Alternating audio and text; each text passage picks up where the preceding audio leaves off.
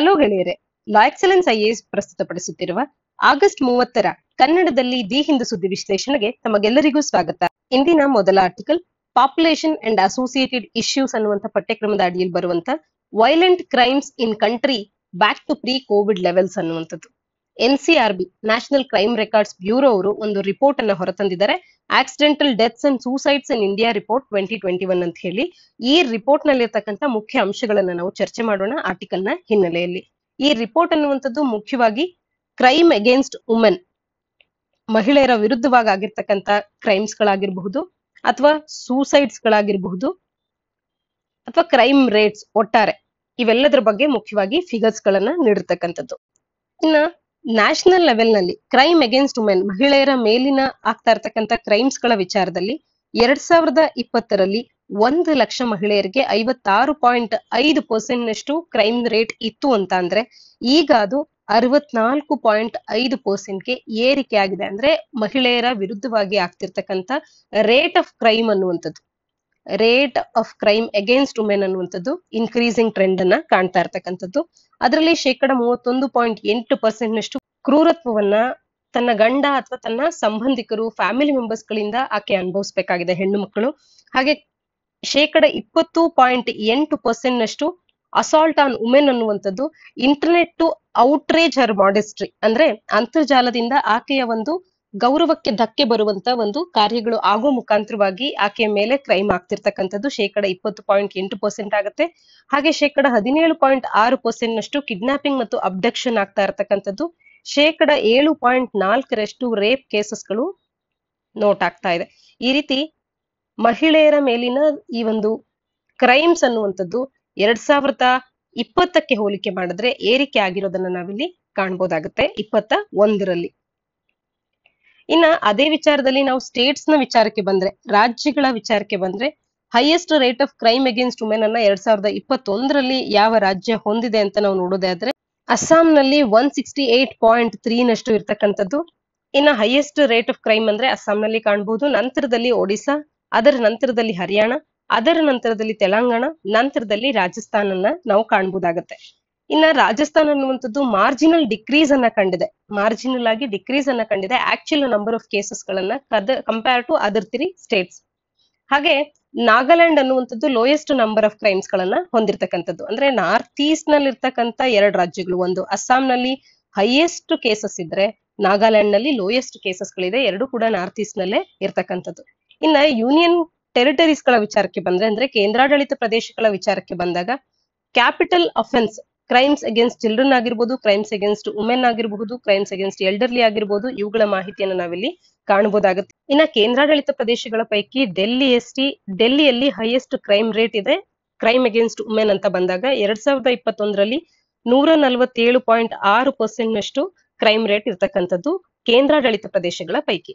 ಇನ್ನ ನಗರ ಪ್ರದೇಶಗಳಿಗೆ ಬಂದಾಗ, ಸಿಟೀಸ್ಗೆ ಬಂದಾಗ ಹೈಯೆಸ್ಟ್ ಕ್ರೈಮ್ ರೇಟ್ ಅನ್ನ ಜೈಪುರ್ ಹೊಂದಿದೆ ಅಗೇನ್ಸ್ಟ್ ವುಮೆನ್. ಎಷ್ಟರ ಮಟ್ಟಿಗೆ ಅಂದ್ರೆ 194% ನಷ್ಟು. ನಂತರದಲ್ಲಿ ಡೆಲ್ಲಿ ಬರುತ್ತೆ, ನಂತರ ಇಂದೋರ್, ನಂತರ ಲಕ್ನೋ ಬರುವಂತದ್ದು. ಚೆನ್ನೈ ಮತ್ತು ಕೊಯಂಬತ್ತೂರ್ ಲೋಯೆಸ್ಟ್ ಕ್ರೈಮ್ ರೇಟ್ ಅನ್ನ ಕ್ರೈಮ್ ಅಗೇನ್ಸ್ಟ್ ವುಮೆನ್ ನಲ್ಲಿ ಹೊಂದಿರತಕ್ಕಂಥದ್ದು ಚೆನ್ನೈ ಮತ್ತು ಕೊಯಂಬತ್ತೂರ್ ಆಗಿರ್ತಕ್ಕಂಥದ್ದು. ಇದು ರೇಟ್ ಅನ್ನ ನೋಡಿದ್ವಿ ನಾವು, ಕ್ರೈಮ್ ಅಗೇನ್ಸ್ಟ್ ವುಮೆನ್ ನಲ್ಲಿ ಆಗ್ತಿರ್ತಕ್ಕಂಥ ರೇಟ್ ಅನ್ನ ನೋಡಿದ್ರೆ ನಾವು ಇಷ್ಟರ ಮಟ್ಟಿಗೆ ಕ್ರೈಮ್ ರೇಟ್ ಅನ್ನುವಂಥದ್ದು ಇಷ್ಟರ ಮಟ್ಟಿಗಿತ್ತು. ಇನ್ನ ಆಕ್ಚುಯಲ್ ನಂಬರ್ ಆಫ್ ಕ್ರೈಮ್ಸ್ ಅಂತ ಬಂದಾಗ ಡೆಲ್ಲಿ ಅತಿ ಹೆಚ್ಚು ನಂಬರ್ ಆಫ್ ಕ್ರೈಮ್ಸ್ ಗಳನ್ನ ಹೊಂದಿದೆ, 13,892 ಕೇಸಸ್ ಗಳನ್ನ 2021ರಲ್ಲಿ ಡೆಲ್ಲಿಯಲ್ಲಿ ರೆಕಾರ್ಡ್ ಆಗಿರ್ತಕ್ಕಂಥದ್ದು ಸಿಟೀಸ್ ಗಳ ಪೈಕಿ. ನಂತರ ಮುಂಬೈ, ನಂತರ ಬೆಂಗಳೂರು, ನಂತರ ಹೈದರಾಬಾದ್. ಇನ್ನು ಡೊಮೆಸ್ಟಿಕ್ ವೈಲೆನ್ಸ್ ಮತ್ತು ಡೌರಿ ಡೆತ್ಸ್ ಗಳ ಕೇಸಸ್ಗೆ ಬಂದ್ರೆ ಈ ಒಟ್ಟಾರೆ ಕ್ರೈಮ್ ಅಗೇನ್ಸ್ಟ್ ವುಮೆನ್ ನಲ್ಲಿ ಡೊಮೆಸ್ಟಿಕ್ ವೈಲೆನ್ಸ್ ಮತ್ತು ಡೌರಿ ಡೆತ್ಸ್ ಗಳ ಸಂಖ್ಯೆ ಬಂದು 0.1% ಮಾತ್ರವೇ ಕಾನ್ಸ್ಟಿಟ್ಯೂಟ್ ಮಾಡುತ್ತೆ.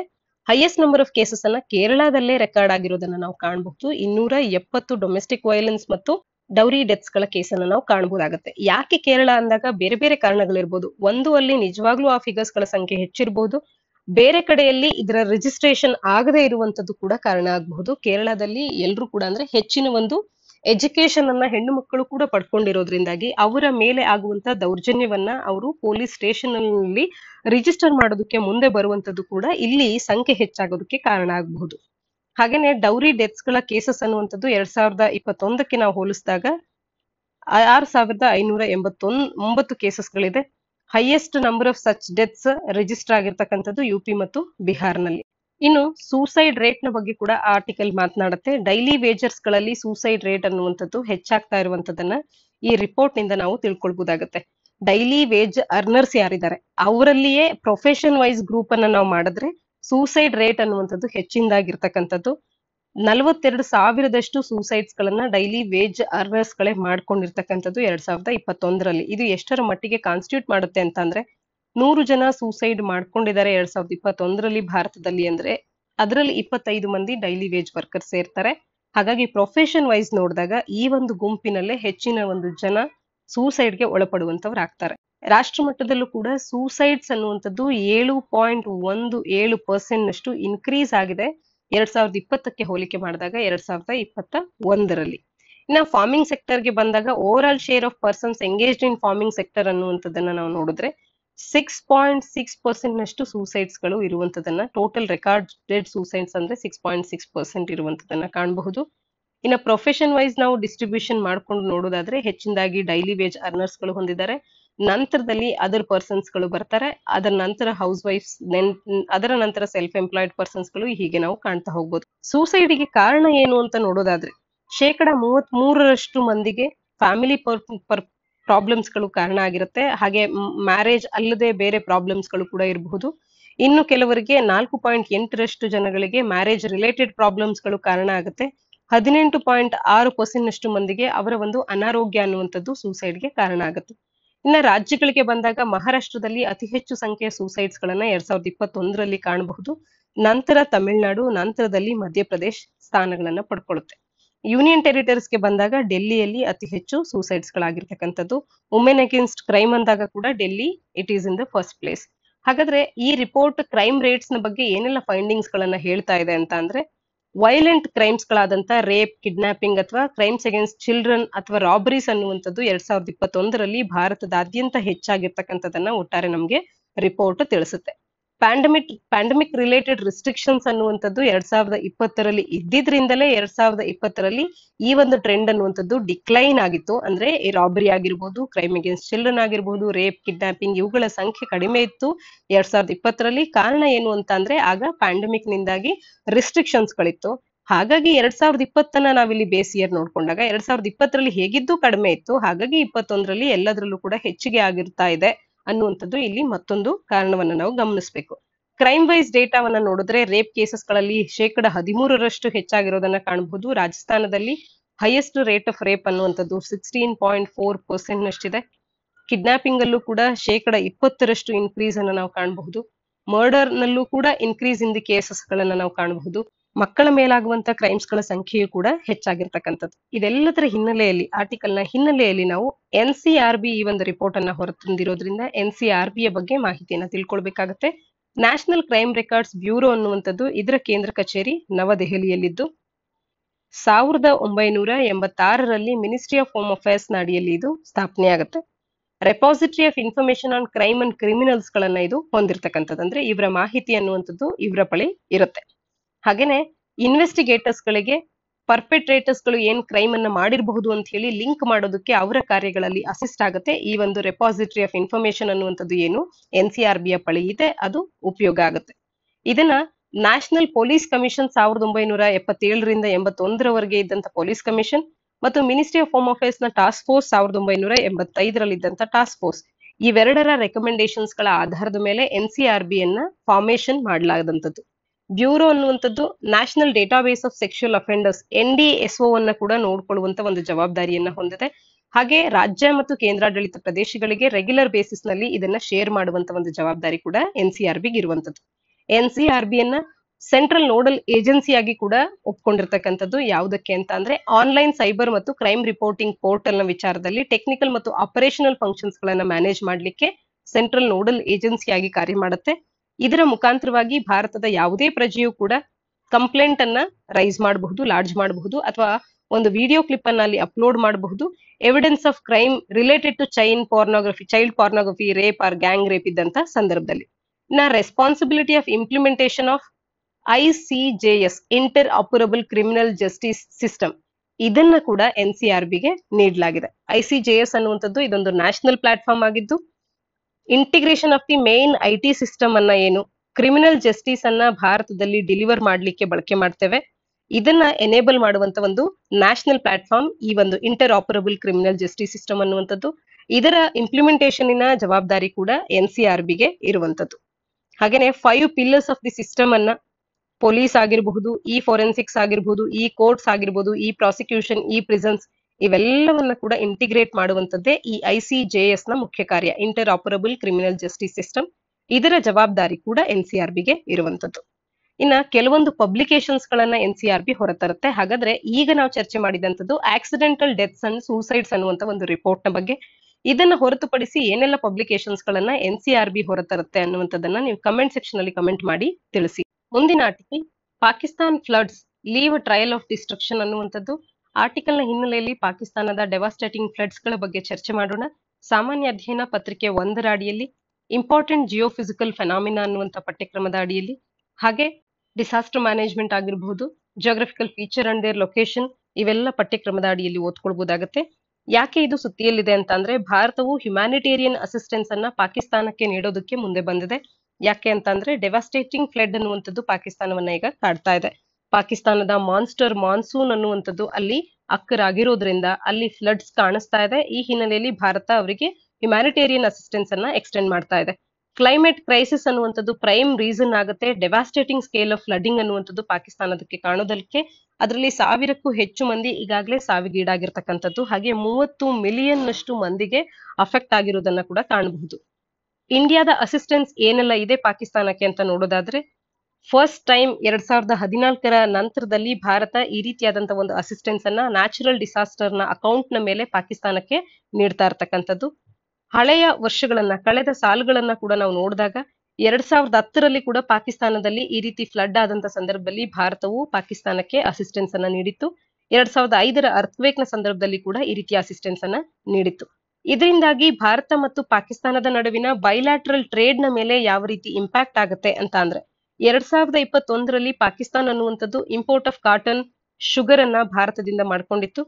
ಪಾರ್ಷಿಯಲಿ 2 year old ಡಿಸಿಷನ್ ಅನ್ನ ಸಸ್ಪೆಂಡ್ ಮಾಡಿ ಆಲ್ ಟ್ರೇಡ್ ವಿತ್ ಇಂಡಿಯಾವನ್ನ ಸಸ್ಪೆಂಡ್ ಮಾಡಲಾಗಿತ್ತು Pakistan. Decision to cancel trade ಅನ್ನುವಂಥದ್ದನ್ನ ಪಾಕಿಸ್ತಾನ ಸರ್ಕಾರ 2019ರಲ್ಲಿ ತಗೊಂಡಿತ್ತು. ಆಗಸ್ಟ್ 2019ರಲ್ಲಿ ಇಂಡಿಯನ್ ಗವರ್ಮೆಂಟ್ ಅನ್ನುವಂಥದ್ದು ಆರ್ಟಿಕಲ್ 370ಯನ್ನ ಅಮೆಂಡ್ ಮಾಡಿದಂಥದ್ದು ಮತ್ತು ಜಮ್ಮು ಕಾಶ್ಮೀರವನ್ನ ರಿಆರ್ಗನೈಸ್ ಮಾಡಿದರ ಹಿನ್ನೆಲೆಯಲ್ಲಿ ಓವರ್ ದ ಇಯರ್ಸ್ ಇಂಡಿಯಾ ಅನ್ನುವಂಥದ್ದು ಟ್ರೇಡ್ ಸರ್ಪ್ಲಸ್ ಅನ್ನ ಪಾಕಿಸ್ತಾನದೊಟ್ಟಿಗೆ ಹೊಂದಿದೆ. ಲೆಸ್ ಇಂಪೋರ್ಟ್ಸ್ ಅನ್ನ ಭಾರತ ಮಾಡ್ಕೊಳ್ಳುತ್ತೆ ಎಕ್ಸ್ಪೋರ್ಟ್ಸ್ ಗೆ ಕಂಪೇರ್ ಮಾಡಿದಾಗ. ಹಾಗಾಗಿ ಟ್ರೇಡ್ ಅನ್ನುವಂಥದ್ದು it has always bean link to politics. ಯಾವಾಗ್ಲೇ ಭಾರತದಲ್ಲಿ ಯಾವುದೇ ಒಂದು ಅಂಶ ಆಗುತ್ತೆ ಅದು ಪಾಕಿಸ್ತಾನಕ್ಕೆ ಅವರಿಗೆ ಪೂರಕವಾಗಿರಲ್ಲ ಅಂದಾಗ ಅದು ಭಾರತ ಮತ್ತು ಪಾಕಿಸ್ತಾನದ ನಡುವಿನ ಬೈಲ್ಯಾಟ್ರಲ್ ಟ್ರೇಡ್ ಅನ್ನ ಅಫೆಕ್ಟ್ ಮಾಡ್ತಾನೆ ಬಂದಿರತಕ್ಕಂಥದ್ದು. ಉರಿ ಟೆರರ್ ಅಟ್ಯಾಕ್ ನ ನಂತರದಲ್ಲೂ ಕೂಡ ಟ್ರೇಡ್ ರಿಲೇಷನ್ ಅನ್ನುವಂಥದ್ದು ಇನ್ನಷ್ಟು ಡಿಟ್ರಿಯರೇಟ್ ಆಗಿತ್ತು ಭಾರತ ಮತ್ತು ಪಾಕಿಸ್ತಾನದ ನಡುವೆ. ಇಷ್ಟು ಕಂಟಿನ್ಯೂಸ್ ಟೆನ್ಷನ್ಸ್ ಅನ್ನುವಂಥದ್ದು ಇದ್ದು ಕೂಡ ಮಾರ್ಜಿನಲಿ ಸಬ್ಸಿಕ್ವೆಂಟ್ ಇಯರ್ಸ್ ಗಳಲ್ಲಿ ಟ್ರೇಡ್ ಅನ್ನುವಂಥದ್ದು ಗ್ರೋತ್ ಆಗಿರೋದನ್ನ ಕಾಣಬಹುದಾಗುತ್ತೆ. ಹಾಗಾದ್ರೆ ಸಿವಿಯರ್ ಫ್ಲಡ್ ಅನ್ನ ಪಾಕಿಸ್ತಾನದಲ್ಲಿ ಉಂಟಾಗೋದಕ್ಕೆ ಕಾರಣ ಏನು ಅಂತ ಅಂದ್ರೆ, ಎಕ್ಸ್ಟ್ರೀಮ್ಲಿ ವೆಟ್ ಆಗಿರ್ತಕ್ಕಂಥ ಮಾನ್ಸೂನ್. ಕರೆಂಟ್ ಫ್ಲಡ್ ಅನ್ನುವಂಥದ್ದು ಡೈರೆಕ್ಟ್ ರಿಸಲ್ಟ್ ಆಗಿದೆ ಎಕ್ಸ್ಟ್ರೀಮ್ಲಿ ವೆಟ್ ಮಾನ್ಸೂನ್ ಸೀಸನ್ ಅನ್ನ ಈ ವರ್ಷ ಏನ್ ಕಾಣ್ತಿದ್ದೇವೆ ಇದರ ಒಂದು ಡೈರೆಕ್ಟ್ ರಿಸಲ್ಟ್ ಆಗಿ ಇದು ಬರ್ತಾ ಇರ್ತಕ್ಕಂಥದ್ದು. 400% ನಷ್ಟು ಇನ್ಕ್ರೀಸ್ ಆಗಿದೆ ಆವರೇಜ್ ರೈನ್ಫಾಲ್ ಅನ್ನುವಂಥದ್ದು ಬಲೂಚಿಸ್ತಾನ್ ಮತ್ತು ಸಿಂಧ್ ಪ್ರಾಂತ್ಯದಲ್ಲಿ. ಹಾಗಾಗಿ ಎಕ್ಸ್ಟ್ರೀಮ್ ಫ್ಲಡ್ಡಿಂಗ್ ಅನ್ನುವಂಥದ್ದಕ್ಕೆ ಇದು ಕಾರಣ ಆಗಿರ್ತಕ್ಕಂಥದ್ದು.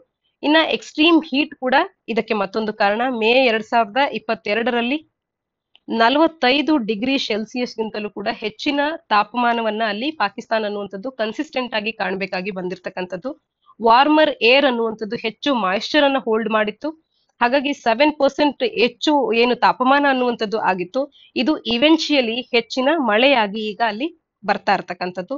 ಪಾಕಿಸ್ತಾನಕ್ಕೆ ಫ್ಲಾಶ್ ಫ್ಲಡ್ಡಿಂಗ್ ಕೂಡ ಅನದರ್ ಸೋರ್ಸ್ ಆಗಿ ಆಗ್ತಾ ಇದೆ, ಎಕ್ಸ್ಟ್ರಾ ರೈನ್ ಆಗೋದಕ್ಕೆ ಕಾರಣ ಆಗ್ತಾ ಇರ್ತಕ್ಕಂಥದ್ದು. ಹಾಗೇನೆ ಎಕ್ಸ್ಟ್ರೀಮ್ ಹೀಟ್ ಅನ್ನುವಂಥದ್ದು ಲಾಂಗ್ ಟರ್ಮ್ ಗ್ಲೇಸಿಯರ್ ಮೆಲ್ಟಿಂಗಿಗೂ ಕೂಡ ಕಾರಣ ಆಗ್ತಾ ಇದೆ. ಹಿಮಾಲಯಾಸ್ ಅನ್ನುವಂಥದ್ದು water speed down the Himalayas ಹೆಚ್ಚಿನದಾಗಿ ಬರ್ತಾ ಇದೆ ಗ್ಲೇಷಿಯರ್ ಮೆಲ್ಟ್ ನಿಂದಾಗಿ. ಎಕ್ಸ್ಟ್ರೀಮ್ ಹೀಟ್ ನಿಂದಾಗಿ ಗ್ಲೇಷಿಯರ್ ಹಿಮನದಿಗಳು ಮೆಲ್ಟ್ ಆಗಿ ಅಲ್ಲಿಗೆ ಹೆಚ್ಚಿನ ಒಂದು ನದಿ ನೀರು ಅನ್ನುವಂಥದ್ದು ಕೂಡ ಬರ್ತಾ ಇರ್ತಕ್ಕಂಥದ್ದು. ಇನ್ನ ಎಲ್ನಿನೋ ಸದರ್ನ್ ಆಸಿಲೇಷನ್ ಎನ್ಸೋ ಅನ್ನುವಂಥದ್ದು appears to be in its La Nina phase. El Nino southern oscillation ಅಡಿಯಲ್ಲಿ ಎನ್ಸೋದ ಅಡಿಯಲ್ಲಿ ನಾವು ಲಾನಿನಾ ಮತ್ತು ಎಲ್ನಿನಾ ಅನ್ನುವಂತ 2 ಫೇಸ್ ಗಳನ್ನ ಕಾಣಬಹುದು. ಇದರ ಅಡಿಯಲ್ಲಿ ಈಗ ಇದು ಲಾನಿನಾ ಫೇಸ್ ನಲ್ಲಿ ಇರುವಂತೆ ಕಾಣ್ತಾ ಇದೆ. ಲಾ ನಿನಾ ಅಂತ ಅಂದ್ರೆ ವೆರಿ ಸ್ಟ್ರಾಂಗ್ಲಿ ಸಮ್ ಮೆಟ್ರಿಕ್ಸ್ ಗಳಲ್ಲಿ ಬಿಹೇವ್ ಮಾಡುತ್ತೆ. ಸಿಗ್ನಿಫಿಕೆಂಟ್ ಫ್ಯಾಕ್ಟರ್ ಆಗಿ ಇದು ಕಾರಣ ಆಗುತ್ತೆ. ಮಾನ್ಸೂನಲ್ ರೈನ್ಸ್ ಗಳನ್ನ ಎನ್ಹಾನ್ಸ್ ಮಾಡೋದಕ್ಕೆ ಲಾ ನಿನಾ ಸಿಗ್ನಿಫಿಕೆಂಟ್ ಫ್ಯಾಕ್ಟರ್ ಆಗಿ ಕೂಡ ಬಿಹೇವ್ ಮಾಡುತ್ತೆ. ಅರ್ಬನ್ ಫ್ಲಡ್ಡಿಂಗ್ ಆಗಿರ್ಬೋದು, ಡಿಸಾಸ್ಟರ್ ಮ್ಯಾನೇಜ್ಮೆಂಟ್ ಆಗಿರಬಹುದು, ಹೆವಿ ರೈನ್ ಅನ್ನ ಯಾವ ರೀತಿಯಾಗಿ ನಾವು ಕಡಿಮೆ ಮಾಡಬೇಕು ಅಥವಾ ಅದನ್ನ ಯಾವ ರೀತಿಯಾಗಿ ಇದರಿಂದ ಆಗುವಂತ ಡಿಸಾಸ್ಟರ್ ಅನ್ನ ನಾವು ಓವರ್ಕಮ್ ಮಾಡಬೇಕು, ಮ್ಯಾನೇಜ್ ಮಾಡಬೇಕು, ಇವೆಲ್ಲವೂ ಕೂಡ ನೇರವಾಗಿ ಡಿಸಾಸ್ಟರ್ ಮ್ಯಾನೇಜ್ಮೆಂಟ್ ನ ಅಡಿಯಲ್ಲಿ ಪ್ರಶ್ನೆಗಳಾಗಿ ಬರಬಹುದು UPSC ಅಥವಾ KPSC ಯ ಹಿನ್ನೆಲೆಯಲ್ಲಿ. ಈ ರೀತಿಯಲ್ಲಿ ಕೂಡ ನೀವು ಪ್ರಿಪೇರ್ ಆಗಬೇಕು. ಮತ್ತು ಟೆಂಪರೇಚರ್ ಹೆಚ್ಚಾಗೋದಕ್ಕೆ ಅಥವಾ ರೈನ್ಫಾಲ್ ಹೆಚ್ಚಾಗೋದಕ್ಕೆ ಯಾವೆಲ್ಲ ಫ್ಯಾಕ್ಟರ್ಸ್ ಗಳು ಕಾರಣ ಆಗುತ್ತೆ, ಕಡಿಮೆ ಆಗೋದಕ್ಕೆ ಯಾವೆಲ್ಲ ಫ್ಯಾಕ್ಟರ್ಸ್ ಗಳು ಕಾರಣ ಆಗುತ್ತೆ, ಕೆಲವೊಂದಿಷ್ಟು ಫ್ಯಾಕ್ಟರ್ಸ್ ಗಳನ್ನ ನೀಡಿ ಈ ಕೆಳಗಿನ ಯಾವ ಫ್ಯಾಕ್ಟರ್ಸ್ ಗಳು ರೈನ್ಫಾಲ್ ಹೆಚ್ಚಾಗೋದಕ್ಕೆ ಕಾರಣ ಆಗುತ್ತೆ, ಅರ್ಥಕ್ವೇಕಿಗೆ ಕಾರಣ ಆಗುತ್ತೆ, ಸುನಾಮಿಗೆ ಕಾರಣ ಆಗುತ್ತೆ, ಈ ರೀತಿ ನೇರವಾದಂತಹ ಜಿಯೋಗ್ರಫಿಕಲ್ ಕ್ವೆಶನ್ಸ್ ಗಳನ್ನ ಈಗಾಗಲೇ UPSC ಕೇಳಿದ್ದಿದೆ. KPSC ಯಲ್ಲೂ ಕೂಡ ಈ ರೀತಿಯ ಪ್ರಶ್ನೆಗಳು ಮರುಕಳಿಸಬಹುದು. ಹಾಗಾಗಿ ಈ ರೀತಿಯ ಫ್ಯಾಕ್ಟರ್ಸ್ ಗಳನ್ನ ಜಿಯೋಗ್ರಫಿ ಅಡಿಯಲ್ಲಿ ನೀವು ಪ್ರಿಪೇರ್ ಆಗಬೇಕಾಗುತ್ತೆ. ಆರ್ಟಿಕಲ್ ನ ಹಿನ್ನೆಲೆಯಲ್ಲಿ ಭಾರತದಲ್ಲಿ ಅತಿ ಹೆಚ್ಚು ಮಳೆ ಆಗುವಂತ ಪ್ರದೇಶ ಯಾವುದು ಅನ್ನುವಂಥದ್ದನ್ನ ತಪ್ಪದೆ ನೀವು ಕಮೆಂಟ್ ಸೆಕ್ಷನ್ ಅಲ್ಲಿ ಕಮೆಂಟ್ ಮಾಡಿ ತಿಳಿಸಿ. ಇಂದಿನ ಕೆಲವು ಸಂಪಾದಕೀಯಗಳನ್ನ ಚರ್ಚೆ ಮಾಡೋಣ. ಮೊದಲ ಸಂಪಾದಕೀಯ, there are no easy answers to the freebies issue ಅನ್ನುವಂಥದ್ದು.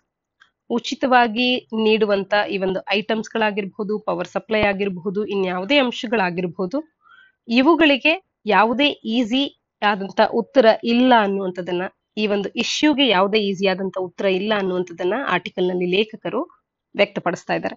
ಸಾಮಾನ್ಯಾಧೀನ ಪತ್ರಿಕೆ 2ರ ಅಡಿಯಲ್ಲಿ ಪೊಲಿಟಿ ಅಥವಾ ಗವರ್ನೆನ್ಸ್ ಅನ್ನುವಂತ ಪಠ್ಯಕ್ರಮದ ಅಡಿಯಲ್ಲಿ ಓದ್ಕೊಳ್ಬಹುದು. ಯಾಕೆ ಇದನ್ನ ಮತ್ತೆ ಚರ್ಚೆ ಮಾಡ್ಬೇಕಂದ್ರೆ, ಇತ್ತೀಚೆಗೆ ಫ್ರೀ ಬೀಸ್ ಗಳ ಇಶ್ಯೂ ಅನ್ನುವಂಥದ್ದು ಸಾಕಷ್ಟು ಚರ್ಚೆಯಲ್ಲಿದೆ. ಆಲ್ಮೋಸ್ಟ್ ಒನ್ಸ್ ಇನ್ 2 days ಆದ್ರೂ ಕೂಡ ನಾವು ಹಿಂದೂವಿನಲ್ಲಿ ಕಳೆದ ಒಂದು 10-15 ದಿನಗಳಿಂದ ಈ ಆರ್ಟಿಕಲ್ಸ್ ಗಳನ್ನ ಕಾಣ್ತಾನೆ ಇದೀವಿ. ಫ್ರೀ ಬೀಸ್ ಬಗ್ಗೆ ರಿಪೀಟೆಡ್ಲಿ ಆರ್ಟಿಕಲ್ಸ್ ಬರ್ತಾ ಇದೆ. ಒಂದು ಫುಲ್ ಫ್ಲೆಡ್ಜ್ಡ್ ಆದಂತ ಮೇನ್ಸ್ ಪ್ರಶ್ನೆಯನ್ನ ಎಕ್ಸ್ಪೆಕ್ಟ್ ಮಾಡಬಹುದು, ಅಥವಾ ಎಸ್ಸೆ ಅನ್ನ ಸಮ್ವೇರ್ ರಿಲೇಟೆಡ್ ಟು ದಿಸ್ ಆಗಿ ಕೇಳಬಹುದು. KPSC ಅಲ್ಲಿ ಕೂಡ ನಾವು ಪರೀಕ್ಷೆಗಳಲ್ಲಿ ಪ್ರಶ್ನೆಗಳನ್ನ ಎಕ್ಸ್ಪೆಕ್ಟ್ ಮಾಡಬಹುದು. ಸಮ್ವೇರ್ ಪ್ರಿಲಿಮ್ಸ್ಗೂ ಕೂಡ ಪೂರಕವಾಗುವಂತೆ ನಾವು ಈ ಕಾನ್ಸೆಪ್ಟ್ಗೆ ರೆಡಿ ಆಗ್ಬೇಕಾಗತ್ತೆ. ಇದರಲ್ಲಿ ನಾವು ಚರ್ಚೆ ಮಾಡಬೇಕಾದಂತ ಅಂಶಗಳನ್ನ ನೋಡೋದಾದ್ರೆ, ಮೊದಲಿಗೆ ಫ್ರೀ ಬೀಸ್ ಅಂತ ಅಂದ್ರೆ ಸಬ್ಸಿಡೈಸ್ಡ್ ಕನ್ಸಂಪ್ಷನ್ ಅನ್ನ ನೀಡುವಂತದನ್ನ ಫ್ರೀ ಬೀಸ್ ಅಂತ ಹೇಳಿ ಕರಿಬಹುದು, ಅಥವಾ ಕಂಪ್ಲೀಟ್ಲಿ ಫ್ರೀ ಆಫ್ ಕಾಸ್ಟ್ ನಲ್ಲಿ ಕೂಡ ನೀಡುವಂತ ಐಟಮ್ಸ್ ಗಳಾಗಿರಬಹುದು. ಉದಾಹರಣೆಗೆ ಫ್ರೀ ಆದಂತ ಪವರ್ ಸಪ್ಲೈ ಅನ್ನ ನೀಡುವಂತದ್ದಾಗಿರ್ಬಹುದು, ಮಂತ್ಲಿ ಸ್ಟೈಪೆಂಡ್ ಅನ್ನ ಒಮ್ಮೆನ್ನಿಗೆ ನೀಡುವಂತದ್ದಾಗಿರ್ಬಹುದು. ಈ ರೀತಿ ಪ್ರಾಮಿಸಸ್ ಗಳನ್ನ ಪೊಲಿಟಿಕಲ್ ಪಾರ್ಟೀಸ್ ಗಳು ತಾವು ಚುನಾಯಿತರಾದ್ರೆ ಮಾಡ್ತೇವೆ ಅನ್ನುವಂತ ಪ್ರಾಮಿಸಸ್ ಗಳನ್ನ ಮಾಡಿರ್ತಾರೆ. ಎಲೆಕ್ಷನ್ಸ್ ಗಳಲ್ಲಿ ಇವೆಲ್ಲವೂ ಕೂಡ ಕಾಮನ್ ಆಗಿರುತ್ತೆ. ಒಂದ್ ರಾಜ್ಯದಿಂದ ಮತ್ತೊಂದು ರಾಜ್ಯದಲ್ಲಿ ಎಲೆಕ್ಷನ್ಸ್ ನಡೆಯುವಾಗ ಈ ರೀತಿ ಪೊಲಿಟಿಕಲ್ ಪಾರ್ಟೀಸ್ ಗಳು ಪ್ರಾಮಿಸ್ ಅನ್ನ ಮಾಡ್ತಾರೆ. ನಂತರ ತಮ್ಮ ಪ್ರಾಮಿಸ್ ಅನ್ನ ಫುಲ್ಫಿಲ್ ಮಾಡ್ಲಿಕ್ಕೆ ಸಾಲ ಆದ್ರೂ ಕೂಡ ಪರವಾಗಿಲ್ಲ, ಆ ರಾಜ್ಯದ ಬೊಕ್ಕಸದಲ್ಲಿ ಹಣ ಇದೆಯೋ ಇಲ್ವೋ ಈ ಹಣವನ್ನ ಖರ್ಚು ಮಾಡುವಂತದ್ದು. ಈ ರೀತಿ ಯಾಕೆಂದ್ರೆ ಅವ್ರು ಕೊಟ್ಟಿರ್ತಕ್ಕಂಥ ಮಾತುಗಳನ್ನ ಉಳಿಸ್ಕೊಳ್ಳಿಕ್ಕೆ ಅಂತ ಹೇಳಿ. ಇದರಿಂದಾಗಿ ಫ್ರೀ ಬೀಸ್ ನ ಇಶ್ಯೂ ಅನ್ನುವಂಥದ್ದು ಸಾಕಷ್ಟು ಚರ್ಚೆಯಲ್ಲಿದೆ. ಯಾಕೆ ಅಂತಂದ್ರೆ, ಮತ್ತೆ ಮುಂಬರುವಂತ ಪೊಲಿಟಿಕಲ್ ಪಾರ್ಟೀಸ್ ಗಳೇನಿರುತ್ತೆ, ಮುಂಬರುವಂತ ಗವರ್ಮೆಂಟ್ಸ್ ಗಳೇನಿರುತ್ತೆ, ಅವರು ಸಾಲದ ಹೊರೆಯಲ್ಲಿರ್ತಾರೆ. ಹೆಚ್ಚು ಹಣವನ್ನ ಅವರು ಇಂಟ್ರೆಸ್ಟ್ ಆಗಿ ಪೇ ಮಾಡ್ಬೇಕಾಗತ್ತೆ, ಅಥವಾ ಕರೆಕ್ಟ್ ಸೋರ್ಸ್ ಆಫ್ ಇನ್ಕಮ್ ಅನ್ನುವಂಥದ್ದು ಆ ಒಂದು ರಾಜ್ಯಕ್ಕೆ ಬರೋದಿಲ್ಲ. ಅಥವಾ ಒಂದು ವೇಳೆ ಆ ಸಾಲದ ಹೊರೆ ಏನಿರುತ್ತೆ, ಒಂದು ವೇಳೆ ರೈತರ ಸಾಲವನ್ನ ಮನ್ನಾ ಮಾಡಿದ್ರೆ ಅವರಿಗೆ ಸಾಲವನ್ನ ವಾಪಸ್ ತಿರುಗಿಸ್ಬೇಕು ಅನ್ನುವಂತ ಒಂದು ಮನಸ್ಥಿತಿಯೇ ಇಲ್ಲದಂತಾಗುತ್ತೆ. ಯಾಕೆ, ಹೇಗಿದ್ದು ಸಾಲವನ್ನ ಮನ್ನಾ ಮಾಡ್ತಾರೆ ಬಿಡಿ ಅನ್ನುವಂಥದ್ದು. ಈ ರೀತಿಯ ಒಂದು ಮೆಂಟಾಲಿಟಿಯನ್ನ ಅವರಲ್ಲಿ ಉಳಿಸಿದಂತಾಗತ್ತೆ. ಹಾಗೆ ಫ್ರೀ ಆಗಿ ಎಲ್ಲವೂ ಕೂಡ ದೊರಕುತ್ತೆ ಅಂದಾಗ ಕೆಲಸವನ್ನ ಮಾಡೋದಕ್ಕೆ ಮುಂದೆ ಬರದೇ ಇರುವಂತ ಒಂದು ಸೋಮಾರಿತನವನ್ನ, ಲೇಸಿನೆಸ್ ಅನ್ನ ಬೆಳೆಸಬಹುದು. ಈ ರೀತಿ ಆಗೋದ್ರಿಂದಾಗಿ ಮುಂದಿನ ಜನಾಂಗಕ್ಕೆ, ಪೀಳಿಗೆಗೆ ಅಥವಾ ಮುಂಬರುವಂತ ಸರ್ಕಾರಗಳಿಗೆ ತೊಡಕಾಗಬಹುದು. ಹೀಗೆ ಹಲವಾರು ಇಶ್ಯೂಸ್ ಗಳನ್ನ ಈ ಫ್ರೀ ಬೀಸ್ ಹೊಂದಿರತಕ್ಕಂಥದ್ದು. ಇದಕ್ಕೆ ಯಾವುದೇ ಈಸಿ ಆದಂತ ಉತ್ತರ ಇಲ್ಲ ಅಂತ ಹೇಳಿ ಎಡಿಟೋರಿಯಲ್ ನಲ್ಲಿ ಲೇಖಕರು ಮಾತಾಡ್ತಾ ಇದ್ದಾರೆ. ಹಾಗಾದ್ರೆ ಫ್ರೀ ಬೀಸ್ ಗಳ ಪರವಾದಂತ ವಾದ ಏನು, ಅಥವಾ ಅದರಿಂದ ಆಗುವಂತ ಉಪಯೋಗಗಳೇನು ಅಂತ ಅಂದ್ರೆ, ಉದಾಹರಣೆಗೆ ಮೊದಲನೇದಾಗಿ ನಾವು ಮಿಡ್ ಡೇ ಮೀಲ್ ಸ್ಕೀಮ್ ಅನ್ನ ನೋಡೋದಾದ್ರೆ, ಮಿಡ್ ಡೇ ಮೀಲ್ ಸ್ಕೀಮ್ ಅನ್ನುವಂಥದ್ದು 1982ರಲ್ಲೇ ಇಂಟ್ರೊಡ್ಯೂಸ್ ಆಯ್ತು. ಇದನ್ನ ತಂದಂತ ಮುಖ್ಯವಾದಂತ ಉದ್ದೇಶ ಫುಡ್ ಸೆಕ್ಯೂರಿಟಿಯನ್ನ ನೀಡುವಂಥದ್ದು, ನ್ಯೂಟ್ರಿಷನಲ್ಲಿ ಸರಿಯಾದಂತ ನ್ಯೂಟ್ರಿಷಿಯಸ್ ಫುಡ್ ಅನ್ನ ತಲುಪಿಸುವಂಥದ್ದು. ನಮ್ಗೆಲ್ಲ ತಿಳಿದೇ ಇದೆ, ಭಾರತ ಹಂಗರ್ ಇಂಡೆಕ್ಸ್ ನಲ್ಲಿ ಬಹಳ ಕಡಿಮೆ ರ್ಯಾಂಕಿಂಗ್ ಅನ್ನ ಹೊಂದುತ್ತೆ, ಮತ್ತು ಹಿಡನ್ ಹಂಗರ್ ಅನ್ನುವಂಥದ್ದು ಭಾರತವನ್ನ ಕಾಡ್ತಿರ್ತಕ್ಕಂಥ ಒಂದು ಬಹುದೊಡ್ಡ ಸಮಸ್ಯೆ. ಭಾರತದಲ್ಲಿರ್ತಕ್ಕಂಥ ಮಕ್ಕಳು ವೇಸ್ಟಿಂಗ್ ಮತ್ತು ಸ್ಟಂಟಿಂಗಿನ ಪ್ರಾಬ್ಲಮ್ಸ್ ಗಳನ್ನ ಫೇಸ್ ಮಾಡ್ತಾ ಇದ್ದಾರೆ. ಮಿಡ್ ಡೇ ಮೀಲ್ ಸ್ಕೀಮ್ ಅನ್ನುವಂಥದ್ದು ಸರಿಯಾದ ಒಂದು ನ್ಯೂಟ್ರಿಷನ್ ಅನ್ನ ಮಕ್ಕಳಿಗೆ ಪ್ರೊವೈಡ್ ಮಾಡೋದಕ್ಕೆ ಹೆಲ್ಪ್ಫುಲ್ ಆಗುವಂತ ಒಂದು ಸ್ಕೀಮ್ ಆಗುತ್ತೆ, ಮತ್ತು ಫುಡ್ ಸೆಕ್ಯೂರಿಟಿಯನ್ನ ಇದು ಎನ್ಶೂರ್ ಮಾಡುತ್ತೆ. ಹಾಗಾಗಿ ಫ್ರೀ ಬೀಸ್ ಗಳು ಕೂಡ ಕೆಲವೊಮ್ಮೆ ಅಡ್ವಾಂಟೇಜಿಯಸ್ ಆಗಿ ಪೂರಕವಾಗಿ ಕಾರ್ಯ ಮಾಡುವಂತದ್ದು. ಹಾಗೆ ಅವೇರ್ನೆಸ್ ಜನರೇಷನ್, ಉದಾಹರಣೆಗೆ ಒಂದು ಟಿವಿಯನ್ನೇನೋ ಉಚಿತವಾಗಿ ನೀಡ್ತಾರೆ ಒಂದು ಪಾರ್ಟಿ ಅಂತ ಅಂದ್ರೆ, ಆ ಟಿವಿ ಅನ್ನುವಂಥದ್ದು ಕೇವಲ ಒಂದು ಎಂಟರ್ಟೈನ್ಮೆಂಟ್ ಪರ್ಪಸ್ಗೆ ಬಳಕೆ ಆಗುವಂತದ್ದಲ್ಲ, ಅವೇರ್ನೆಸ್ ಜನರೇಷನ್ಗೆ, ಅವೇರ್ನೆಸ್ ಅನ್ನ ಉಂಟು ಮಾಡೋದಕ್ಕೆ, ಅಥವಾ ಒಂದು ಫ್ಯಾಮಿಲಿ ಒಂದು ಕಡೆ ಕೂತು ಸಮಯವನ್ನ ಕಳೆಯೋದಕ್ಕೆ ಕೂಡ ಇದು ಹೆಲ್ಪ್ ಆಗುವಂತದ್ದು. ಇನ್ನ ಫ್ರೀ ಬೀಸ್ ಅನ್ನುವಂಥದ್ದು ಹೈ ಫಿಸಿಕಲ್ ಡೆಫಿಸಿಟ್ ಗೆ ಕಾರಣ ಆಗುವಂತ ಒಂದೇ ಒಂದು ಅಂಶ ಏನಲ್ಲ, ಬೇರೆ ಕಾರಣಗಳಿಂದಲೂ ಕೂಡ ಇದಾಗಬಹುದಾಗಿರುತ್ತೆ.